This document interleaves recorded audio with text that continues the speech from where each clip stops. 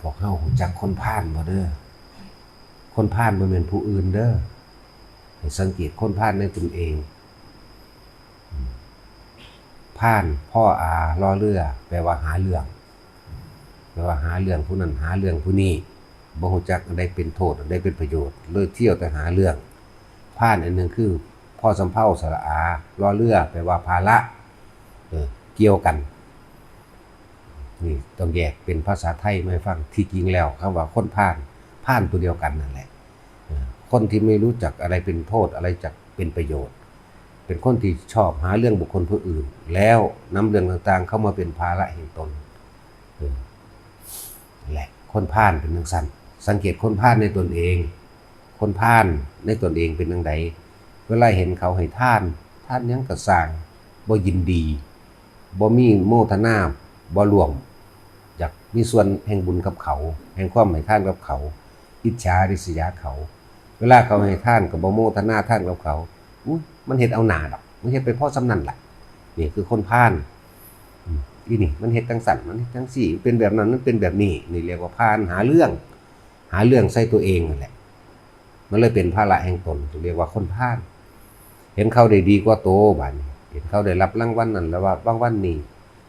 หรือต่างๆที่รับแม้กระทั่งความสรรเสริญเยินยอจังซี่ก็พาลคือกันโอ้ยอย่าไปเชื่อมันตัวคนดอกอีนี่เฮ็ดเอาหน้าซื่อๆดอกไว้เด้นี่คือคนพาลคนพาลบ่ยินดีกับการให้ทานผู้อื่นคนพาลบ่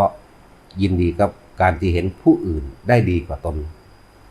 นี่แหละเอิ้นว่าคนพาลสังเกตคนพาลในเจ้าของเองเด้อเป็นแบบนี้คนพาลนั่นน่ะ แม้กระทั่งว่าถึงคนผู้อื่นจะพูดดีเพียงใดก็ช่างที่เป็นประโยชน์เพียงใดก็ช่างคนพาลจะมีสันดานเก็บสิ่งที่เป็นภาระแห่งตนเข้ามาคือเก็บเอาแต่อารมณ์บ่ดีอารมณ์ร้ายอารมณ์คัดง้างอารมณ์ไม่เห็นด้วยอันเกิดจากความอิจฉาริษยานั่นแหละคือเขาสิเว้าดีเพียงใดก็ช่างเป็นประโยชน์เพียงใดก็ตามย่อมหาเหตุผลหรือข้อมูลต่างๆมาคัดง้าง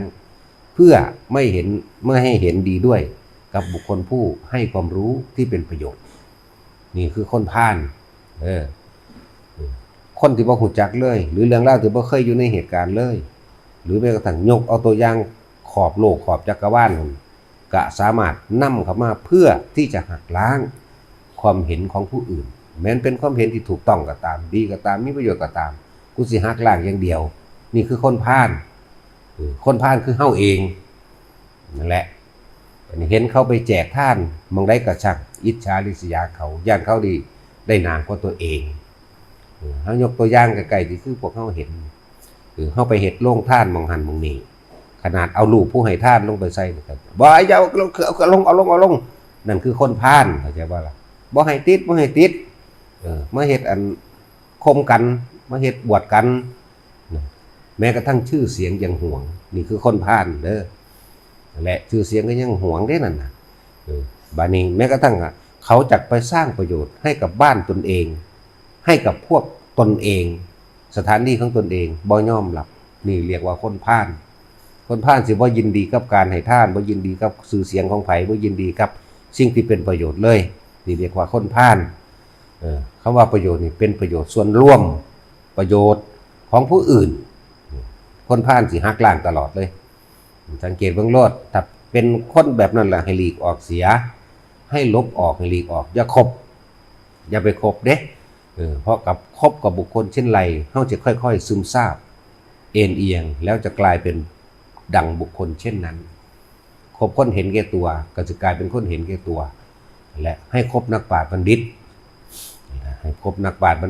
บัณฑิตมักให้ทานและสรรเสริญทานของบุคคลผู้อื่นนี่คือนักปราชญ์บัณฑิตมักให้ทานโดยบ่หวังสิ่งใดตอบแทนและก็สรรเสริญทานของบุคคลผู้อื่นไปพร้อมนี่เลยเรียกว่ายินดีในการให้ทานของบุคคลผู้อื่นโครงการใดความคิดใดที่เป็นประโยชน์ต่อบุคคลผู้อื่นดูแล้วฟังแล้วนี่ไม่มีโทษยินดีนี่คือนักปราชญ์บัณฑิตเฮาก็สิได้ค่อยๆซึมซาบเอาอุปนิสัยนิสัยวาสนากับนักปราชญ์บัณฑิตจนถึงว่ามันเป็นบารมีสามารถที่สิทำอิหยังก็ได้สำเร็จ ให้เบิ่งคนพาลในเจ้าของเด้อบ่ได้ให้ไปเบิ่งคนพาลผู้อื่นเมื่อเห็นผู้อื่นน้อมเข้ามาสู่ตนเอหิปัสสิโกน้อมเข้ามาโอ้กูสิบ่เป็นจังซี่คนจังซี่มีแต่คนรังเกียจคนแบบนี้แต่ว่าเฮาบ่ได้ไปเทียบรังเกียจเขาแต่ว่าให้เทียบเข้ามาดูคนพาลในหัวใจเราคนแบบนี้สร้างแต่โทษเจ้าของเองโทษเจ้าของเองโทษผู้อื่นพร้อมโทษให้แก่บ้านแก่เมืองพร้อมนี่คือคนพาลคนพาลนี่เห็นแก่ตัวขี้ตระหนี่แม้กระทั่งชื่อเสียงคืออยากให้แต่ผู้อื่นยกย่องตนเองว่าตนเองดีอยากให้คนอื่นยอมรับตัวเองจึงเที่ยวพาลไปทั่วมาเป็นภาระแห่งตนนี่แหละลักษณะคนพาลเป็นแบบนี้เว้าพื้นอิจฉากล่าวตูใส่ร้ายโดยถ้อยคำบ่จริงทั้งที่ไม่รู้จักกันบ่เคยคุกคีกันแม้แต่เพียงชั่ววินาทีเดียวบ่เคยมีแต่คนพาลสามารถที่สินำเรื่องร้ายๆเข้ามาประกอบด้วย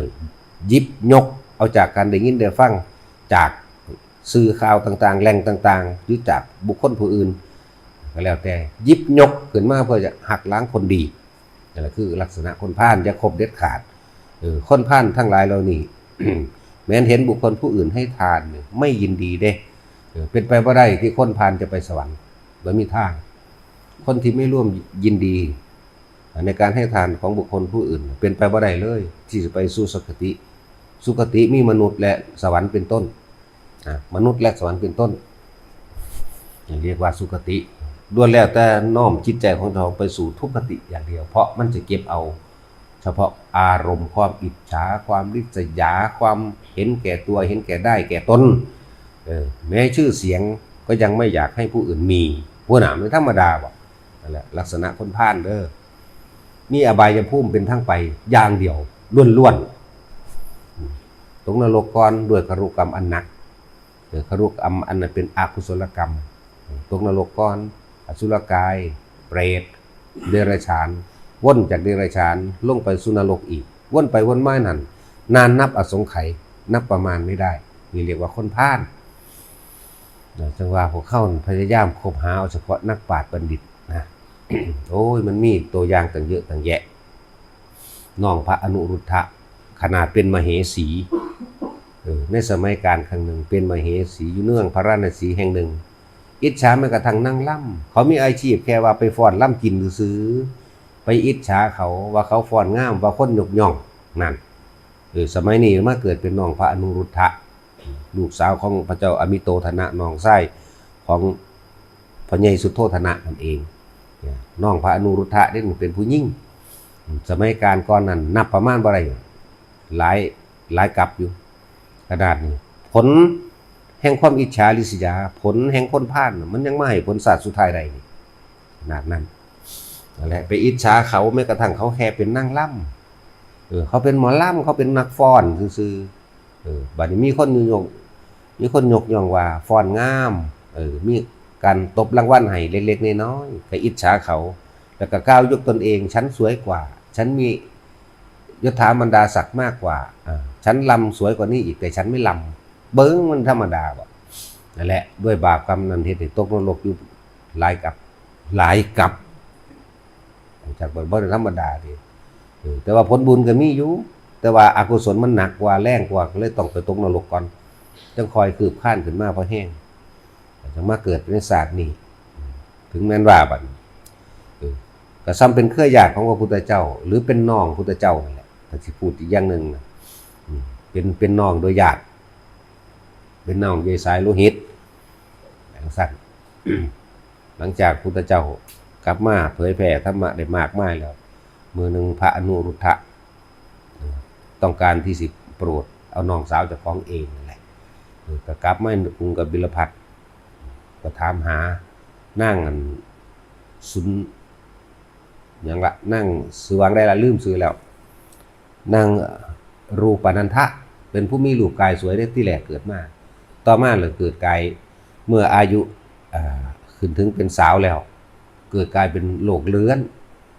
เกาฉีหิตเกาฉีกากขั้นแล้วก็เปื่อยมีน้ำหนองไหลเยิ้มบ่กล้าออกมา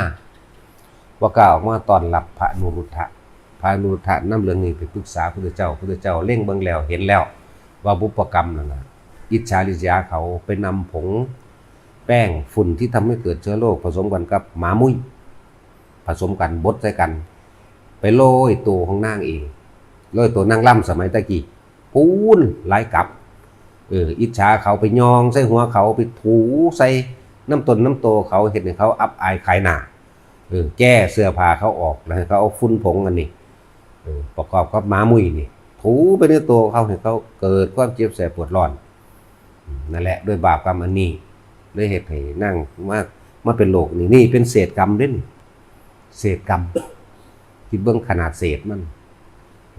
ปรึกษาพระพุทธเจ้ารู้แล้วก็เลยว่าอนุรุทธะเธอจงกลับไปแล้วนำนั่งออกมาออกมาให้ได้เราถามไทยอนุรุทธะเพิ่นรู้เหตุแล้วกลับไปแต่ว่านั่งนะครับบ่ออกมาตอนหลับเหมือนเดิมก็เลยถามญาติรูปานันทาไปใส่ว่าดั้งเป็นโรคเลือดนั่งอับอายนั่งบ่กล้าออกมาไปนำมาเดี๋ยวนี้ด้วยอำนาจของพระเถระเพิ่นออกมาล่ะออกมาก็เอาผ้าห่อตาห่อหน้าไว้เด้ห่อปิดตนปิดโตนั่นไว้บ่กล้าเปิดเผยออกมาเดี๋ยวนี้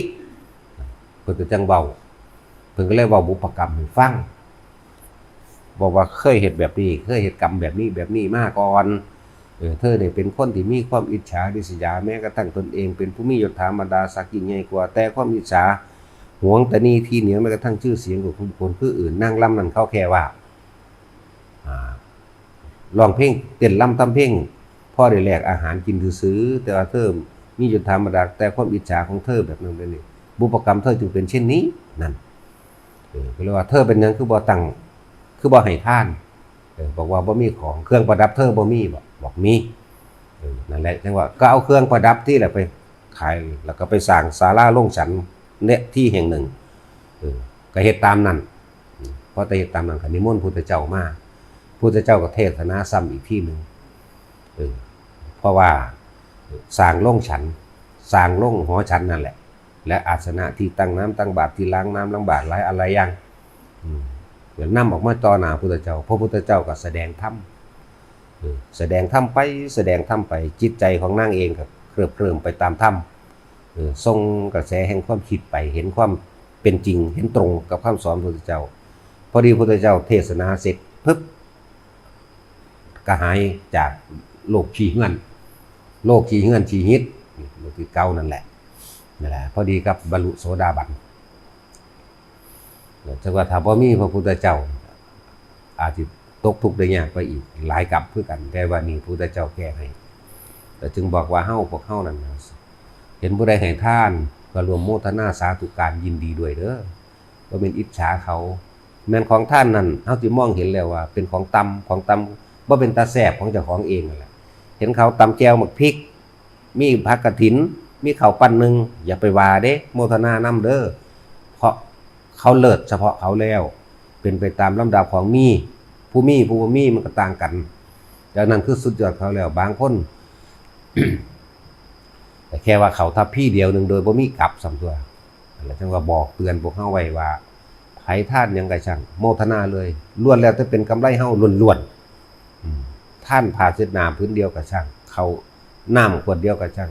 แม้กระทั่งว่าดอกไม้ดอกเดียวกับช่างนะเห็นบอกเขาคือจังเขาท่านดอกบัวเขาบ่มีอย่างสิดีก็นั่นแล้วเขาก็หาสิ่งที่ดีที่สุดดอกบัว3ดอก2ดอก1มีเบิดเด้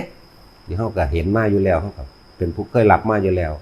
ผมบ่มีผมเป็นคนยากผมเป็นคนทุกข์เพิ่นก็บอกอาจารย์รับให้ผมแน่นี่แหละประเสริฐแล้วโลดเด้หลวงพ่อวางสิโลดเด้ประเสริฐแล้วที่ใจของเจ้าน่ะมีความเคารพนอบน้อมเป็นการตัดอัตตาตัวตนอย่างหนึ่งแล้วก็เป็นการเห็นหลายๆอย่างที่ตัวเองทุกข์ยากลำบากตัวเองบ่ยินดีในท่านตัวเองบ่ยินดีในนั้นในนี่ก็ว่าไปนั่นแหละหวังว่าทุกคนถ้าเห็นเขาให้ท่านยังก็สร้างสาธุอย่างเดียวได้กำไรโลด